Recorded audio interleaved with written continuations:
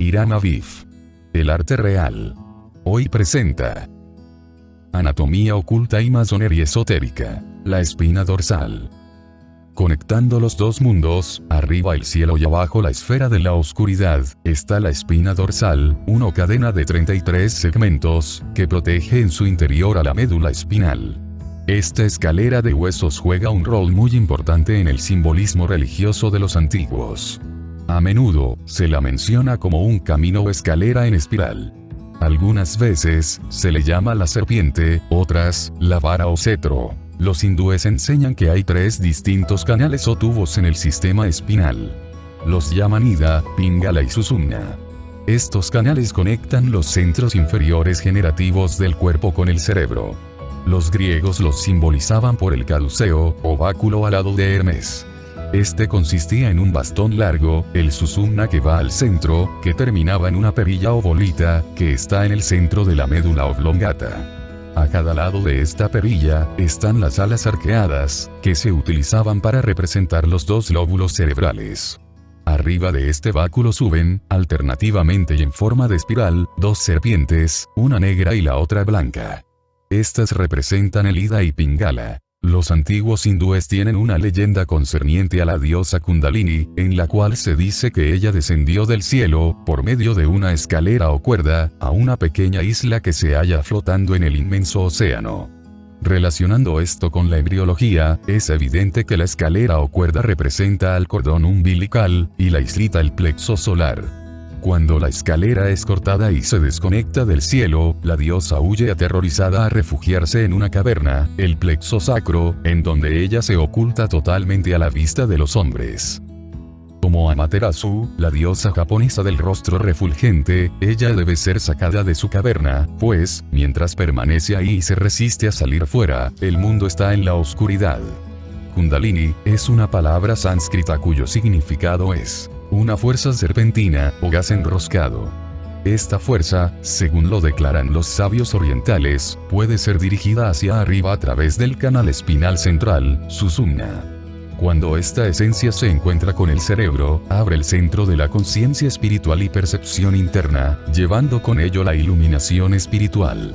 El sistema cultural por el cual eso es posible, es la enseñanza más secreta de los santos orientales, porque ellos saben que esta fuerza serpentina o enroscada no solo lleva a la iluminación sino que, como la serpiente que es un símbolo, es, también, mortalmente venenosa. Conocimientos superficiales o fragmentos de ocultismo oriental están llegando frecuentemente al mundo occidental, pero, lamentamos decirlo, con ellos vienen interminables sufrimientos y males, porque estas grandes verdades en las manos de individuos incapaces de comprenderlas o aplicarlas correctamente, destruyen la inteligencia y la razón. A lo largo de la espina dorsal hay cierto número de nervios, ganglios y plexos. Todos estos tienen lugar en el simbolismo religioso.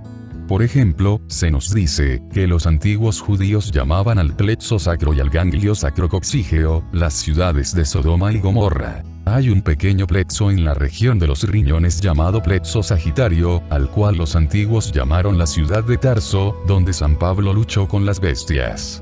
El ocultismo superior enseña que las flores de loto, centros nerviosos de la espina dorsal, son como polos negativos, que dan testimonio de los 7 grandes centros positivos de conciencia localizados en el cerebro. Estos 7 centros funcionan por medio de los otros centros que se hallan en la espina dorsal en la misma forma, aproximadamente, en que los 7 espíritus ante el trono funcionan por medio de los cuerpos planetarios. El discípulo es advertido de no trabajar con los centros que se hallan en la espina dorsal, sino que debe hacerlo con los centros gobernantes, los centros del cerebro. El caminar errante de los hijos de Israel en el desierto, el peregrinaje de los maometanos a la Meca, los interminables peregrinajes de los santos hindúes que se pasan la vida yendo de un templo a otro, representan el peregrinaje del fuego espiritual, Kundalini, a través de los centros nerviosos que se hallan a lo largo de la espina dorsal. Siguiendo ciertas instrucciones particulares, la fuerza es llevada a estos centros, uno tras otro, hasta que, visto clarividentemente, se convierten estas áreas en una especie de flores luminosas, de las cuales dimanan rayos de luz, semejando los pétalos. Cada uno de estos lotos tienen diferentes números de pétalos de acuerdo con las ramificaciones nerviosas que dependen de él. Se dice que el Logos, cuando llegó el momento de crear el universo material, entró en estado de profunda meditación, concentrando el poder de su pensamiento en los 7 centros, semejantes a flores, de los 7 mundos. Esa fuerza vital, descendiendo gradualmente del cerebro, el cual era el gran mundo superior, y penetrando en las flores de loto, una por una, dio nacimiento a los mundos inferiores. Cuando, al final, ese fuego espiritual penetró en el centro más bajo, el mundo físico fue creado, y su fuego estaba en la base de la espina dorsal. Cuando el mundo retorne a él de nuevo, y el Logos vuelva a ser supremo en conciencia, será porque retiró la vida de estos 7 centros, comenzando por los inferiores, llevándolas nuevamente al cerebro. Así es que la senda de evolución de todas las cosas vivientes es elevar este fuego, cuyo descenso hizo posible su manifestación en estos mundos inferiores y cuyo ascenso les pondrá, otra vez, en armonía con los mundos superiores. Este mito de la fuerza vital que desciende y toma a su cargo el gobierno de los mundos, se encuentra en todos los pueblos civilizados de la Tierra. Esto es el Hiram Abidd quien construyó el templo masónico, los cuerpos, y que fue muerto por los 3 vehículos que él había formado. Tiene su similitud con el Cristo, muerto por los pecados del mundo. Por el hecho de que este fuego espinal es una fuerza enroscada, serpentina, en todas partes del mundo se ha usado la serpiente para representar a los salvadores del mundo. El Uraeus, emblema de serpiente, usado por los sacerdotes egipcios en su frente, era un símbolo del Kundalini, la sagrada cobra que, cuando fue elevada en el desierto, salvó a todos aquellos que la contemplaron, Moisés y la serpiente de bronce. Así como el cerebro es el centro del mundo divino, el plexo solar es el centro del mundo humano que, representando la semiconciencia, une la inconsciencia de abajo con la conciencia de arriba. El hombre no solo es capaz de pensar con el cerebro. Cierta fase del pensamiento es producida por los centros nerviosos del plexo solar. Probablemente, antes de ir más adelante, será prudente describir la diferencia que hay entre un medium y un clarividente. Para la mayoría de las personas no hay ninguna diferencia, pero, para el místico, estas dos fases de la vista espiritual están separadas entre sí por los límites de las etapas totales en la evolución humana. Un clarividente es aquel que ha elevado al cerebro la fuerza espinal serpentina y por su desarrollo ha merecido el derecho de percibir los mundos invisibles con la ayuda del tercer ojo, o glándula pineal. Este órgano de conciencia, que millones de años conectaba al hombre con los mundos invisibles, se cerró durante el periodo lemúrico, cuando los órganos sensorios, perceptores del mundo objetivo, comenzaron a desarrollarse. Los ocultistas, sin embargo, por el proceso de desarrollo al cual nos hemos referido someramente antes, pueden volver a abrir este ojo y por medio de él explorar los mundos invisibles. El clarividente no nace, se hace. Los médiums no se hacen, nacen. El clarividente puede llegar a serlo solo después de años, algunas veces, de vidas, de autopreparación. Por el otro lado, el medium, sentándose en una habitación a oscuras o por otras prácticas similares, puede obtener ciertos resultados en muy pocos días. El medium usa el plexo solar como un espejo, y en sus nervios sensitivos son reflejados cuadros registrados en los éteres invisibles. A través del vaso, que es el portal del cuerpo etérico, el medium permite la entrada, en su constitución espiritual, de inteligencias desencarnadas, dando como resultado el oír voces y otras manifestaciones psíquicas. La escritura automática se consigue permitiendo, al brazo etérico de una inteligencia extraña, el control temporario del brazo físico del medium. Esto no es posible hasta tanto el medium no quita su doble etérico del brazo, pues dos cosas no pueden ocupar el mismo lugar al mismo tiempo. El resultado de la separación periódica de las fuerzas vitales del brazo físico es muy desastroso, llegando, frecuentemente, hasta la parálisis. La mediunidad es antinatural para el hombre, mientras que la clarividencia es el resultado natural del crecimiento y desarrollo de la naturaleza espiritual. Hay 100 médiums por un clarividente, porque solo puede llegarse a ser clarividente por el autodominio y el ejercitamiento de un tremendo poder. Mientras que, el más débil, el más enfermo y más nervioso de los individuos, es el que mejor médium resulta. El clarividente desarrolla su mente llenándola de benéficos conocimientos, en tanto que la primera instrucción que se le da al que quiere ser medium es: trate de dejar su mente vacía. La razón por la cual la mediunidad, a través del plexo solar, es una retrogradación, puede ser resumida como sigue. Los espíritus grupo, que controlan el reino animal, desempeñan sus cargos produciendo imágenes en el plexo solar, pues el animal no tiene mente autoconsciente. Su resultado es que, en lugar de pensar con su propio cerebro, piensa con el cerebro del espíritu grupo, a quien está unido por invisibles hilos magnéticos. Estos hilos conducen sus impresiones y las fotografías en el sistema nervioso simpático. No teniendo voluntad propia, el animal es incapaz de combatir sus impulsos y, en consecuencia, los obedece implícitamente. El hombre se gobierna a sí mismo por medio del sistema cerebroespinal, porque ha desarrollado la individualidad, y el sistema simpático ya no lo gobierna más. Exponiéndose a los impulsos que le llegan por el plexo solar, el medium obstaculiza su propio desarrollo al no permitir que el sistema nervioso cerebroespinal controle su destino. Al hombre siempre le ha gustado apoyarse en las cosas externas. No le agrada enfrentar cada problema y resolverlo con el cerebro que Dios le ha dado. Por eso, busca el apoyo de los mundos invisibles, pidiéndoles ayuda para realizar la obra que debiera llevar a cabo por su propio esfuerzo. Miles de personas deben participar de la responsabilidad del medium, porque muchos de ellos siguen ese camino debido a que cientos de personas desean hablar con sus parientes muertos o tener informaciones reservadas sobre los valores de la bolsa.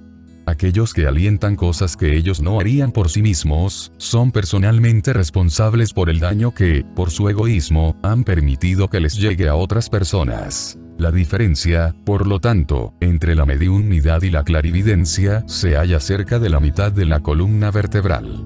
Es la diferencia entre lo negativo y lo positivo. Es la diferencia que hay entre la oscuridad de una habitación en donde se realiza, a medianoche, una sesión espiritista y la ceremonia al mediodía en un templo. Todos los órganos que se encuentran dentro del cuerpo humano tienen su significación religiosa. El corazón, con sus cámaras, es en sí un templo erigido sobre la montaña del diafragma. El vaso, con su pequeño cuerpo en forma de sombrilla, concentra los rayos solares y tiene a su cargo el cuerpo etérico. Es este cuerpo etérico, enrollado dentro del vaso, el que inyecta en el sistema circulatorio los corpúsculos blancos de la sangre. Nosotros sabemos que el cuerpo humano ha servido de inspiración para casi todas las invenciones mecánicas. Las bisagras han sido copiadas del cuerpo humano. Lo mismo las perillas y la cuenca o alvéolo que las contienen. Se nos ha dicho que la primera instalación de plomería fue reproducida de los sistemas circulatorios arterial y venoso. Centenares de máquinas e implementos han sido inspirados por los sutiles movimientos del funcionamiento de nuestros propios vehículos, porque el cuerpo humano es la más maravillosa máquina que pueda concebirse y, por eso, la mejor que pueda la mente humana estudiar. La estrecha relación que existe entre el sistema generativo inferior y el cerebro en la parte superior, porque el cerebro es un sistema generativo positivo, se debe, desde luego, a la médula espinal que los conecta. En un momento determinado, cierto número de pequeñas puertas, que ahora separan el cerebro del sistema generativo, se abren, y el susumna se convierte en un abierto túnel y, así, cada impulso es llevado inmediatamente a ambos extremos del cuerpo. Es por esta razón que el candidato hace voto de castidad, ya que la estrecha conexión existente en los discípulos avanzados entre el cerebro y el sistema reproductivo, exige una absoluta conservación de todas las energías vitales. Las amígdalas están conectadas directamente con el sistema generativo. En realidad, ellas son parte de su polo positivo formado por el cerebro. La deplorable costumbre actual de vacunar y de cortar las amígdalas a los niños apenas llegan al mundo, producirá en alguna época una definida degeneración de la raza. La mayoría de las amígdalas se infectan a causa de que el niño, en los primeros años, come demasiados dulces. La moral es no cortar las amígdalas, y suprimir los dulces. La mayor parte de los padres son responsables por la enfermedad de sus hijos. ya sea por su ignorancia o por indulgencia, ellos permiten que la inconsciencia infantil, que todavía no está controlada por los vehículos superiores, los destruya antes de que la vida se exprese plenamente. Cuando los niños están enfermos en los primeros años de vida, el médico encontrará, habitualmente, la causa del mal en los padres, y el padre o la madre, no el niño, deberá ser medicamentado por las píldoras que necesite. Si el estómago se mantiene en condiciones adecuadas, las amígdalas se mantendrán también en buenas condiciones. La absoluta economía demostrada por la naturaleza en la construcción de todas sus estructuras sería prueba suficiente de que el Señor no estuvo perdiendo su tiempo cuando hizo las amígdalas y el apéndice. Él tuvo, aparentemente, su razón para hacerlo, pero estos pobres, inofensivos órganos, se han convertido en una mina de oro para los médicos, quienes los quitan a la más ligera provocación. En cuanto a la deuda de la ciencia para con el cuerpo humano, debemos agregar que el sistema decimal es el resultado del contar con los dedos del hombre primitivo, por lo cual el número 10 se convirtió en la unidad de numeración. El antiguo codo fue, también, la distancia entre el codo y el extremo del segundo dedo, o aproximadamente, 18 pulgadas. Así sucede si retrocedemos en el estudio de las cosas, encontrando que, casi todo con lo que el hombre se ha rodeado, es una adaptación del cuerpo con el cual Dios ha envuelto su espíritu. El hombre va conquistando, gradualmente, el control no solo de los órganos de su cuerpo sino, también, de sus funciones.